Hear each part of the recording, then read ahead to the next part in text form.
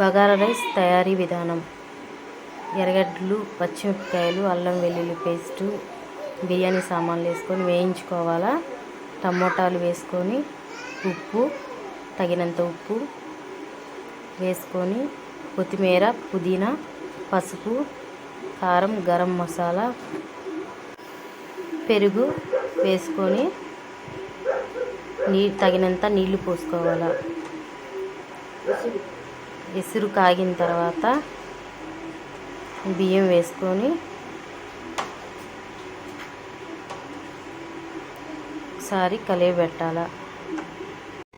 ఇంకా కొన్ని నీళ్ళు ఉన్నప్పుడే మూత పెట్టేసి వేరే గిన్నెలో నీళ్ళు పైన పెట్టుకొని బరువుకి ఉంచుకోవాలి, ఆవిరి బయటికి పోకుండా.